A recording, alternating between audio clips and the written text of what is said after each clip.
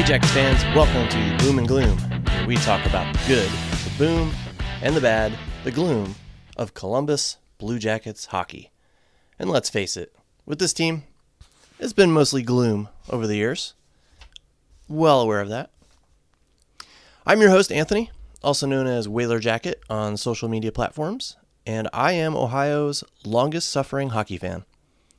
You can take a listen to some of my earlier episodes if you are new here and wondering why I call myself that, but it is something I truly believe, and I feel I have legitimate reasons to back it up. So let's get started today. I'm gonna start you off with a little TMI moment, something you definitely don't need to know, but I'm gonna say it anyway. I had a colonoscopy this morning, my first one ever. So the last couple of days have not been pleasant for me. But then I got some incredible news that has definitely perked me up. I'm not going to hide my excitement for this one. The Columbus Blue Jackets have hired a coach. Finally they've hired a coach. And that coach is none other than Dean Evason. I am truly pumped about this. And I'll be honest, it is difficult for me to give you an unbiased opinion about the hire, because I really believe I am Dean Evason's biggest fan. Not as a coach, as a player. Growing up, I was a fan of the Hartford Whalers, and it is amazing how similar they are to the Columbus Blue Jackets. Throughout their existence, their entire existence, the Hartford Whalers advanced past the first round of the playoffs only once. Sound familiar? They were also a small market team. They often didn't get the respect or the attention they deserved, at least in my opinion, especially when they were so close geographically to teams like, teams in Boston and New York. They were overshadowed by the success and the fanfare of the Bruins, the Rangers, and even the Islanders. The Whalers, with their lack of success, they didn't get much or as much media attention as those other teams. I mean, heck, even the Celtics and the Knicks got more attention during hockey season than the Whalers did in Connecticut. But I was a fan of those lovable losers growing up, and my first favorite player was a dude named Paul Lawless. And I'll never forget, he wore number 28 for the Whale. He had long dark hair sticking out the back of his helmet. And as an impressionable kid, I just thought he was so cool. But as I learned more about the game of hockey, more and more, I was able to really pay attention to how it was played, and really understood the game. And that's when another player stood out to me. Number 12 for the Whalers, Dean Evason. And I loved his style. I could relate to him. Okay, he was undersized, just like me. I think he was like 5'9" or 5'10", so not super undersized, but definitely not a big dude. And me being 5'7", that didn't seem much taller than me. But you know what? He didn't play like a smaller dude. He played with heart and passion. And he was never a prolific scorer. He broke the 20-goal plateau twice in his career, I believe. But he was never afraid to mix it up. He was never afraid to dig the puck out of the corners and take a beating. And I related to that. I mean, that's how I play the game of hockey. I never scored many goals. I think I had 5 total in my high school career. But I played with heart and with passion. And I got my butt kicked a lot, trying to dig pucks out of the corners or along the boards. And I wore number 12 on the back of my sweater just like Mr. Evason. I'll never forget going to the Hartford Civic Center, which was lovingly nicknamed the Mall. Went with my dad, and we were watching the Whalers play the Kings one year. I was also a Gretzky fan, so I was there to see my two favorite teams and my two favorite players go at it.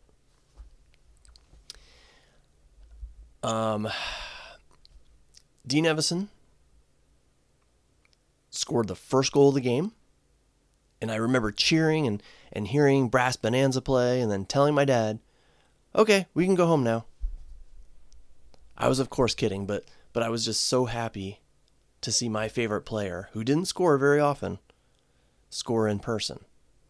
And I had to be like 12 or 13 years old, but I still remember that vividly.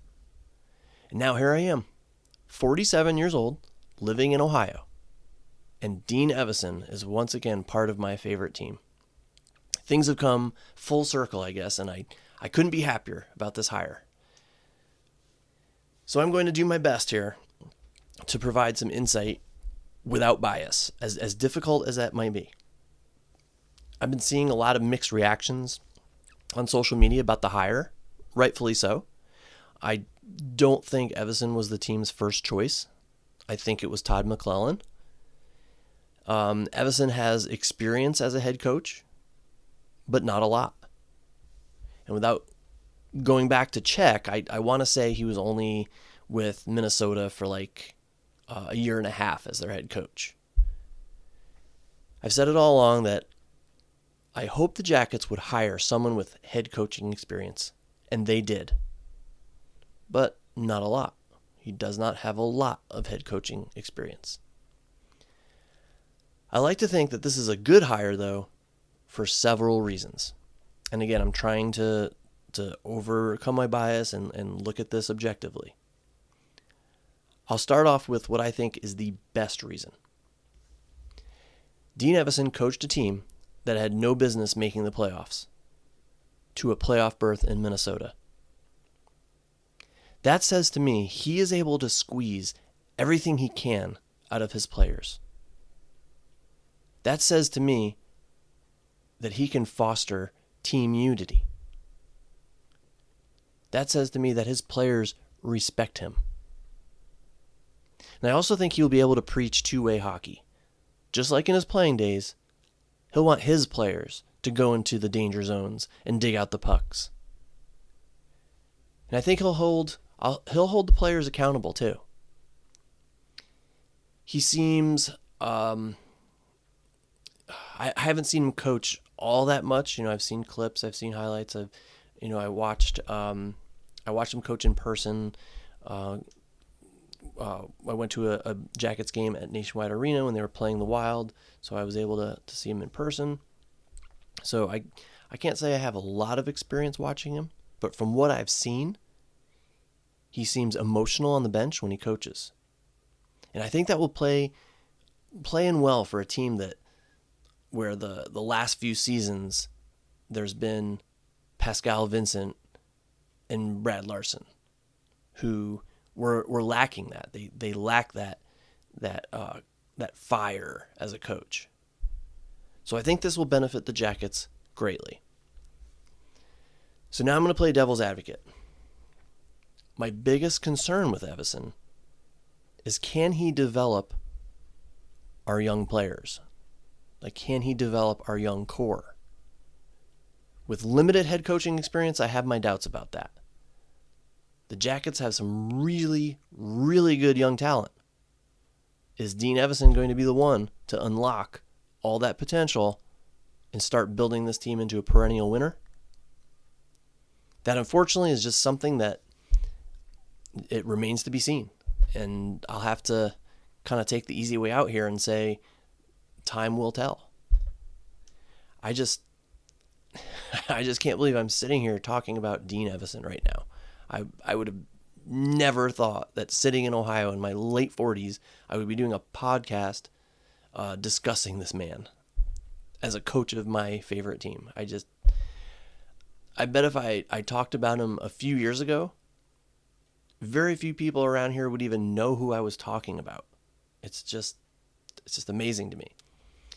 Also amazing is the number of coaches and GMs that came from those Hartford Whalers teams that Evason played for. Evason's teammates, let me list some of them for you. Ron Francis. He's a general manager of Seattle Kraken. Kevin Dineen. He did some assistant coaching in the NHL, I believe. Joel Quenneville. Dave Tippett. Brad Shaw, remember him? John Anderson.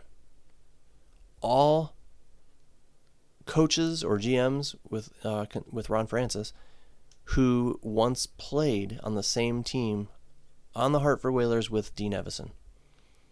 I think that's kind of cool. And Ray Ferraro, by the way, became an announcer. He was a teammate of Dean Evason as well in that Hartford Whaler hockey era. So like all Jackets fans, I really hope this hire works out. They really need this hire to work out. And you know what? They are due. They are due for a hire like this to work out. This team has had so much bad luck and has made so many bad decisions.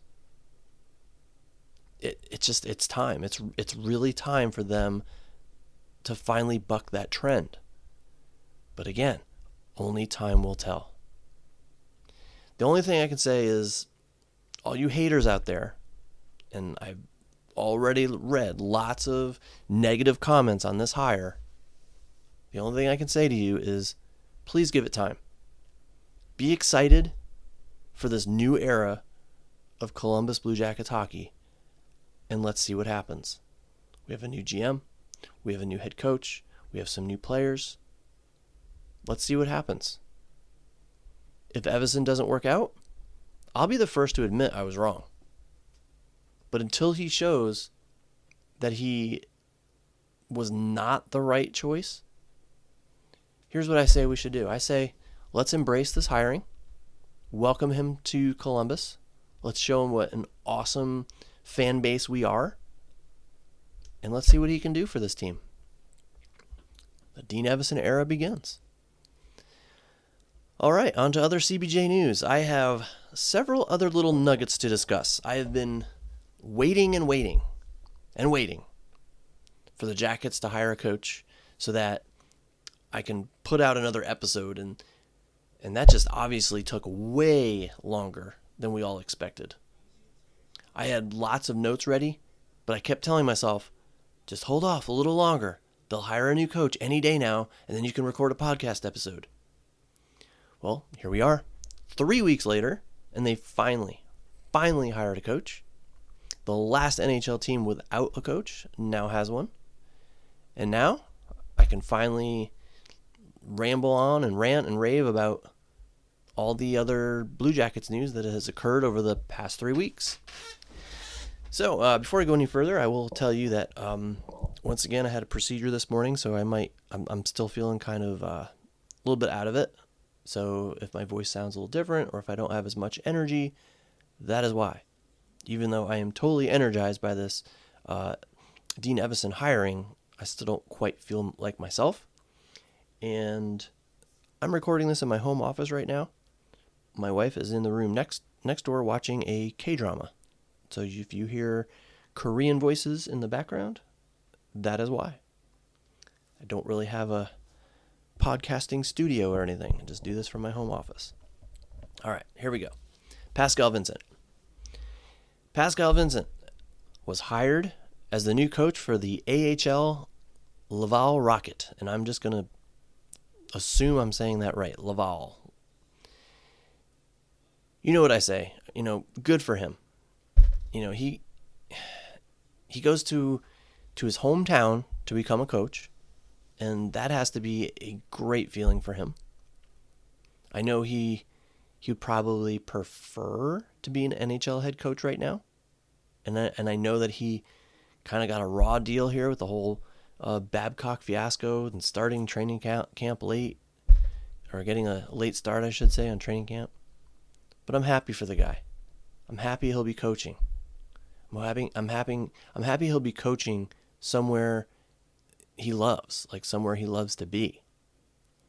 And I'm pretty confident he'll wind up back in the NHL as a head coach, or at least an assistant coach someday. But for now, I wish him the best of luck in Laval, if I'm saying it correctly, and I hope he has a lot of success there. A report came out of Nationwide Arena that Nationwide Arena is in need of major upgrades and repairs. And one of the items that they said they need to upgrade is the scoreboard. And I think that's pretty cool. I have no issues with the arena's current scoreboard. And I'm not going to lie to you guys. I don't get to go to Blue Jackets games in person very often, 1 or 2 a year, due to travel time and cost. But when I do go, I have no problems with the current scoreboard. But if they're going to upgrade it to make it something even better, then I'm all for it. But make those repairs, because you know what? You walk into Nationwide Arena and you never get the feeling that it's a 25-year-old barn. It has held up amazingly well with the times. If someone were to build an exact replica of Nationwide Arena in a different city, it would not look out of place or, out of place with modern times. It would look like it fits in. So whoever is responsible for that, architects, engineers, whatever, they deserve some kudos. The arena is just amazing. The arena district is amazing, and it continues to evolve and grow. The arena, it seems like it's really withstood the test of time so far. And I'd like to think that if someone smarter than me says it needs repairs, then take care of those repairs ASAP and keep it looking like a new building. Because to me, it still feels like a new building.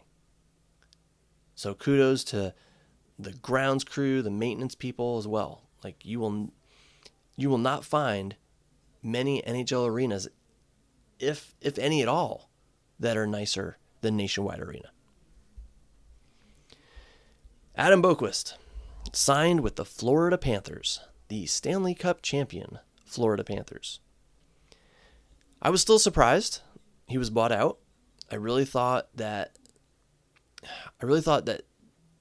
if Don Waddell thought there was no place for him on the team, then a trade could have been made. I mean, obviously with Florida signing him, he had some value. He didn't have to go play overseas. An NHL team wanted him on the roster.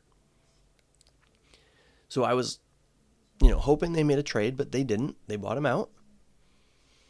And I guess I'm glad that there is another open spot now on defense, because we do have some up-and-coming talent. I wish we could have brought in someone other than Jack Johnson to take that spot, okay? And I'll talk more about Jack Johnson in just a moment, but I'm happy for Adam, okay? I'm happy for Adam, too. He's going to have a chance, if he stays healthy, to play for a Stanley Cup contender next year. And that is awesome for him. He was a very likable guy when he was here. Just couldn't seem to stay off that injured list. I hope Bill Zito put into that contract that he was not allowed to wear the number 27. Or I don't know, or is that just a curse for whoever wears that number on the Jackets? I don't know. Anyway, I wish him the best, and I feel like he'll find some success on that team, on the Florida Panthers. Again, if he stays healthy. So how does this affect the Jackets? Boqvist would, I would see him as kind of like the second quarterback, the second power play quarterback behind Werenski. And so now they lost that. So now we need someone to step up. So I'm thinking, who's going to be that one to step up? Is it Severson? Is it Provorov? Is it Juracek? That's my question. Who is going to step up to fill that little void. And thinking back to when Boqvist was injured, which was a lot, I can't remember who quarterbacked that second power play unit, so I'm not sure about that one. Now, speaking of Jack Johnson, I really want to be mad. I want to be mad about the Jackets picking him up. But I find myself fairly indifferent about it. He's not going to be playing first pair minutes. He's not going to be, hopefully at least, if I have my faith in Dean Evason now, he's not going to be overplayed, playing higher up in the lineup that he should. He's a likable guy. He loves Columbus and is excited to be back. So I can't be mad about it. And stupid question to go along with this. Does this mean that Kent Johnson has to put a K on the back of his jersey and be K Johnson? And then Jack Johnson has to put a J and be J Johnson? I wonder about the NHL rules about guys with the same last names that are on the same team. I remember a long time ago, probably late 80s maybe, when Ron and Rich Sutter played for the same team. And I can't even remember which one that was. St. Louis maybe? I don't remember. And they actually put their full names on the back of their jerseys. You had Ron Sutter on the back and Rich Sutter on the back. Why couldn't they just put Sutter? It just looked really weird. And I always wondered why they did that. I mean, why couldn't they just put Sutter on both the jerseys? I mean, their numbers are unique, so that's how you can tell them apart. I never felt any player needed to have that first initial added to the back of their jersey if they had another person with the same last name on their team. I mean, the number is what sets them apart from other players. So I wonder about that. So we'll see if there's a K Johnson and a J Johnson jersey this year. And speaking of backs of jerseys, Sean Monahan is taking number 23. He'll be wearing 23 this year for the Blue Jackets. Jake Christensen wore it last season. So I wonder how that comes about. Did Monahan have to get permission, from Christensen? Did management just not even worry about it and just say, yeah, you can have 23. Screw Christensen. Did Christensen just kind of offer it up? These things keep me up at night, people. These types of questions, okay? I don't know the answers to these questions, and I always wonder about it. And here's some interesting trivia for you. More Blue Jackets have worn the number 23 than any other number in team history. Monahan becomes the 15th player in club history to wear number 23, according to hockeyreference.com. And in case you were wondering, the second most is number 29. 12 players have worn 29 in the history of the Blue Jackets. And third most is number 19. 11 players have worn number 19 for the Jackets. Adam Fantilli, of course, changing his number to 19 this upcoming season. Other news. At this very moment of recording this podcast episode, Kirill Marchenko has not been signed. I know a lot of people are making a big deal about it on social media. I can't really comment on it too much because I really don't know the ins and outs of arbitration rulings. But I will say that I find myself not worrying too much about it. I'm not worrying too much about Marchenko. My money, if I was a betting man, my money would be on him getting signed by the deadline. If not, he becomes the first Jackets player to ever go through arbitration, at least if my memory serves me correct. I just hope his agent is not overvaluing him. I mean, he has had 2 low 20-goal seasons. I don't think he's broken the 25 mark. I could be wrong on that. I wouldn't say having 2 low 20-goal seasons is earth-shattering and deserving of a massive raise. Pay the man for sure, but be fair about it.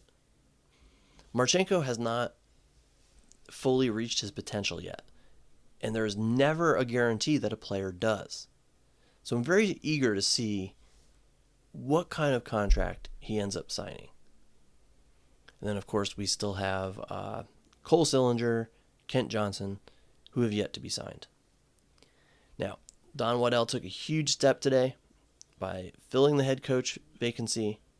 Now he's got a few more important tasks at hand, and he's got to take care of these contracts. And then there's Patrik Laine. We keep hearing that he is going to come out of the player assistant program any day now. But that's the thing. We just keep hearing that, and it never happens. The good news is that he was seen and filmed, like recorded, working out in Florida with some NFL players. So I want to say that's a good sign. I would say a very good sign even. Some people are talking about how there's even a chance, albeit a slight one, that Laine starts the season with the Jackets, or even as a change of heart with a new GM and a new coach in place. I guess it's possible, but I would bet that Laine has a new home next season. That's just my gut feeling on that one. And I can't even speculate on what the return for Laine would be, especially this far into the free agency period. But I would assume the Jackets are going to have to eat some of that huge salary. If not, if Don Waddell can pull off a trade where the Jackets do not eat any of Laine's salary, I want to buy Don Waddell a beer. But since he is rich and will probably never see me in person, I won't be able to buy him that beer. So I'll just buy someone else one. How's that? So if Waddell pulls off a hockey trade with no salary retained, find me at Nationwide. First person who does gets a beer on me. Lastly, there was recently a projection done where someone used like data and analytics and all that fancy stuff to project team point totals for next season. In this projection, the Jackets were predicted to finish with 73 points, only ahead of Montreal and San Jose. So basically, it was saying that the Jackets would be the third worst team in the league next year. To put that in perspective, last season, the Jackets had 66 points. Now, the projection had the Jackets at 73 points. So this is saying the Jackets will only get 3 more wins than last season and 1 additional overtime loss. 7 points, a difference of 7 points. So they're predicted by this model to be 7 points better than last season. I'm just going to come right out and say it. I'm a pessimist by nature, and even I'm not buying that. I don't think the Jackets will make the playoffs, but I think we are going to see some marked improvement. More than 3 wins and an overtime loss, that's for sure. And I won't give you a number I predict, but I will predict they will exceed 73 points. When I look back at last year, all the injuries, all the young players they have, all the drama going into the season, a new coach, a new system, new players like Severson trying to get accustomed to a brand new team in a brand new city. And then I look at this upcoming season. We have a new coach with a new experienced coach, a couple of new veteran players. You have the younger players who are now a season older, more experienced themselves. Fantilli returning from an injury. Hopefully a fully recovered and motivated Kent Johnson. Voronkov getting more acclimated to the North American game. Chinny staying healthy, Johnny Gaudreau reunited with someone he has known chemistry with. All that, I think we're going to see more improvement than just 7 points. Okay, and that's really just a gut feeling at this point. But the Jackets went through a bunch of crap last year. They did. I mean, yeah, they were not very good. I get that. But they went through a lot of crap. And now, new coach, new GM, new environment, new culture. I think we're going to see a bigger change than what this model projects. And usually I am very negative, very much a pessimist. But I find myself being more optimistic about the Jackets' chances for marked improvement this season. So we'll see. This is episode 24 of this podcast. So towards the end of next season, or this season coming up, I'll look back at this episode and we'll see. We'll see if I was right about that. But I'm thinking they're better than just 3 more wins. Okay, they're going to get more than, they're going to increase their win total by more than just 3. So I think that's it. I think we are now caught up with Blue Jackets news. I don't put out many episodes during the summer, but all this news, I figured it warranted one, and I figure once the Marchenko contract situation is resolved, once Kent and Cole are signed, and once Patrick Laine is either traded or a decision is made for him to stay in Columbus, at that point maybe I'll put out another episode to discuss. Until then, my friends, you can connect with me on Twitter. My handle is Whaler Jacket. Always happy. Told you I'm a little out of it, guys. Always happy to talk Jackets hockey with you and get your thoughts on everything I just ranted about in this episode. I'm signing off now. I'm gonna go eat some more. I have not, after not eating anything solid from Saturday evening until today, Monday. I'm gonna stuff my face tonight. So we'll see everyone next time. Go Jackets.